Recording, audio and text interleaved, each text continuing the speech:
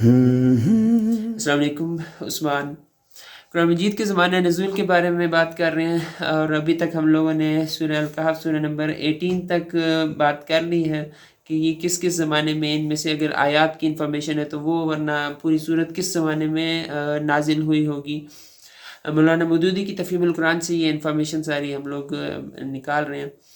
ابھی سورہ مریم ہے، سورہ نمبر 19 ہے، اس کے بارے میں مولانا مودودی لکھتے ہیں کہ یہ ہجرت حبشہ سے پہلے اس کا نزول غالباً ہوا ہوگا، کیونکہ آپ لوگوں نے وہ واقعہ سنا ہوگا کہ نجاشی کے دربار میں حضرت جعفر رضی اللہ تعالیٰ عنہ نے ایک صورت تلاوت کی تھی، تو وہ یہی صورت تھی سورہ مریم۔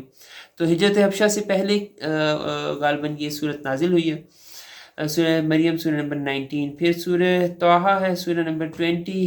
اس کے زمانہ نزول کے بارے میں وہ لکھتے ہیں کہ یہ کہیں سورہ مریم کے ساتھ ساتھ کہیں پر نازل ہوئی ہے، ہجرت حبشہ کے زمانے میں یا اس کے بعد یہ نازل ہوئی ہے۔ لیکن یہ پکی بات ہے کہ یہ حضرت عمر رضی اللہ تعالیٰ عنہ کے اسلام قبول کرنے سے پہلے نازل ہو چکی تھی، کیونکہ جب وہ اپنے بہن اور بہنوئی کے گھر گئے اور وہاں پہ وہ صحیفے سے تعلیم حاصل کر رہے تھے، تو جس صحیفے پہ وہ تعلیم حاصل کر رہے تھے اس پہ سورہ طٰہٰ ہی لکھی ہوئی تھی۔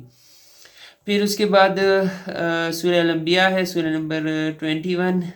اس کے بارے میں مولانا مودودی لکھتے ہیں کہ مکی زندگی کے تیسرے دور میں یہ صورت غالباً نازل ہوئی ہے، سورہ الانبیاء سورہ نمبر 21۔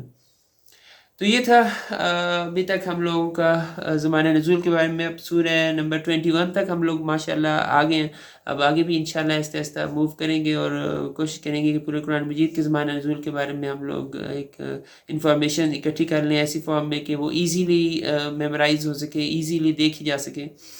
تو انشاءاللہ آپ لوگوں سے دعاؤں کی اپیل ہے، دعا کریں آپ لوگ انشاءاللہ ہم لوگوں کے لیے، میری فیملی کے لیے۔ جزاکم اللہ خیر۔